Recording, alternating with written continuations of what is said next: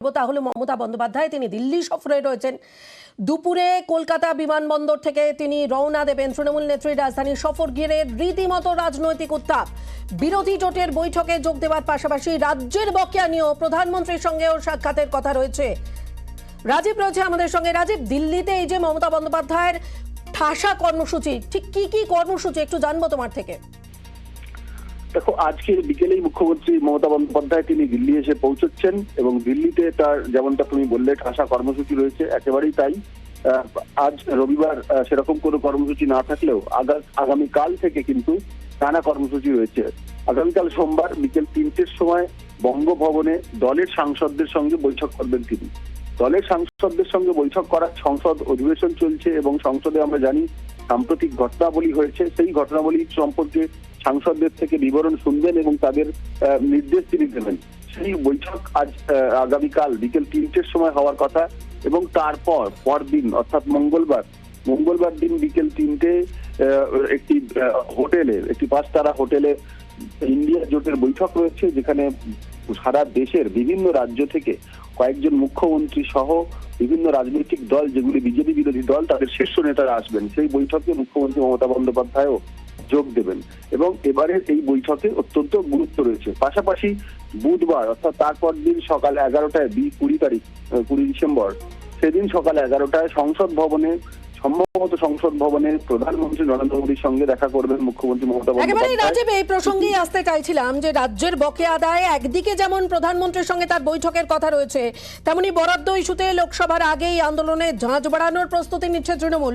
এই দ্বিমুখী কৌশলটি কতটা তাৎপর্যপূর্ণ এবং এই যে দিল্লি সফর, তা নিয়ে তো ইতিমধ্যেই রাজনৈতিক উত্তাপ, কতটা গুরুত্বপূর্ণ গোটা বিষয়টা? একদমই। দেখো, যদি রাজনৈতিক মহল যেটা বলছে যে একদম মুখ্যমন্ত্রী তিনি আসছেন, প্রধানমন্ত্রীর সঙ্গে এই বৈঠক কিন্তু শুধুমাত্র মমতা বন্দ্যোপাধ্যায়ই করবেন এবং তা কিন্তু একেবারে সুনির্দিষ্টভাবে রাজ্যের দাবি দাওয়া নিয়ে আমরা দেখেছি তৃণমূল কংগ্রেসের সাংসদরা তারা দিল্লি সফর করেছেন, তারা রাজঘাটে ধর্নায় বসেছেন। অভিষেক বন্দ্যোপাধ্যায়ের নেতৃত্বে কৃষি ভবনে গিয়ে ধর্না হয়েছে এবং সেখানে তুমুল কাণ্ড ঘটেছে। এবার কিন্তু মুখ্যমন্ত্রী নিজে আসছেন এবং তিনি এই রাজ্যের দাবি নিয়ে প্রশাসনিক ভাবেই কিন্তু লড়াইটা চালাচ্ছেন এবং তিনি রাজ্যের প্রধান হিসেবে দেশের প্রধানের কাছে বিপুল অঙ্কের বকেয়া সেই দাবি চালাতে যাচ্ছেন এবং পাশাপাশি তিনি রাজনৈতিকভাবেও বিরোধী শিবিরের বৈঠকে যোগ দেবেন এবং দলের সাংসদদের সঙ্গে বৈঠক করবেন। অর্থাৎ একদিকে তুমি রাজ্যের প্রধান হিসেবে তার যে বকেয়া সেই দাবি জানাচ্ছেন, উল্টোদিকে রাজনৈতিক লড়াইয়ের যে চাপ সরকারের উপরে সেটাও চালাচ্ছেন। এটাই দ্বিমুখী লড়াই। বেশ রাজীব, বোঝাই যাচ্ছে একেবারে দ্বিমুখী লড়াই। তার কারণ বিরোধী জোটের বৈঠকে যোগ দেওয়ার পাশাপাশি রাজ্যের বকেয়া নিয়ে প্রধানমন্ত্রীর সঙ্গেও সাক্ষাৎ রয়েছে এবং সবকিছু ঘিরেই কিন্তু এই যে দিল্লি সফর, মমতা বন্দ্যোপাধ্যায়ের দিল্লি সফর ঘিরে রাজনৈতিক উত্তাপ ক্রমশই বাড়ছে। এদিকে মমতার এই দিল্লি সফরকে কটাক্ষ দিলীপের। তো মাঝে মধ্যে যাওয়া উচিত। কেন যাচ্ছেন, কি ব্যাপার, নাকি প্রধানমন্ত্রীর সঙ্গে দেখা করবেন? মাঝে মধ্যে দেখা করা উচিত, দিয়ে সমস্যার সমাধান করা উচিত।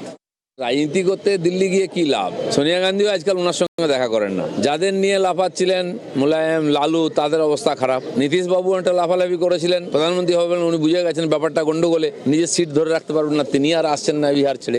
কাকে নিয়ে রাজনীতি করবেন ভেবে দেখুন। মমতা বন্দ্যোপাধ্যায়ের এই দিল্লির সফরকে কটাক্ষ দিলীপ ঘোষের। আপনারা শুনলেন যে রাজনীতি করতে দিল্লি যাচ্ছেন মমতা বন্দ্যোপাধ্যায়, এই নিয়ে রীতিমতন কটাক্ষের সুর বিজেপির গলায়। এদিকে এই যে দিল্লি সফরে আজ মমতা বন্দ্যোপাধ্যায় আজ দুপুরেই তিনি কলকাতা বিমানবন্দর থেকে রওনা দেবেন। তৃণমূল নেত্রীর রাজধানীর সফরকে ঘিরে রীতিমতন রাজনীতির উত্তাপ বাড়ছে। তৃণমূল নেতা জয়প্রকাশ মজুমদার এই মুহূর্তে আমাদের সঙ্গে রয়েছেন। জয়প্রকাশ বাবু, দিলীপ ঘোষ তিনি রীতিমতন কটাক্ষ করছেন এই দিল্লি সফরে মমতা বন্দ্যোপাধ্যায় তিনি যে যাচ্ছেন, রাজনীতি করতে যাচ্ছেন, মাঝে মাঝে দিল্লি যাওয়া ভালো এমন কথাও বলছেন তিনি, কি বলবেন?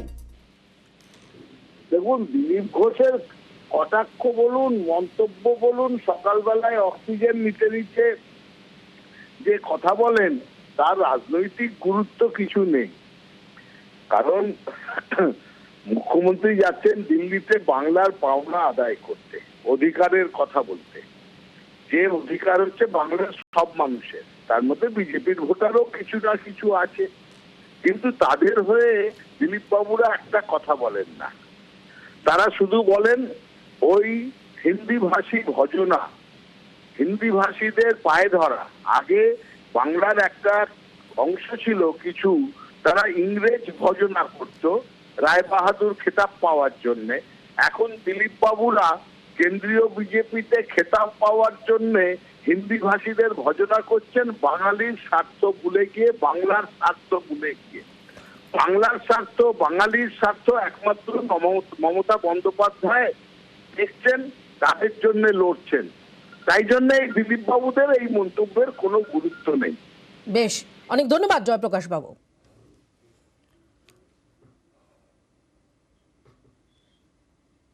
এদিকে হামলায় ফের বাংলা যোগ।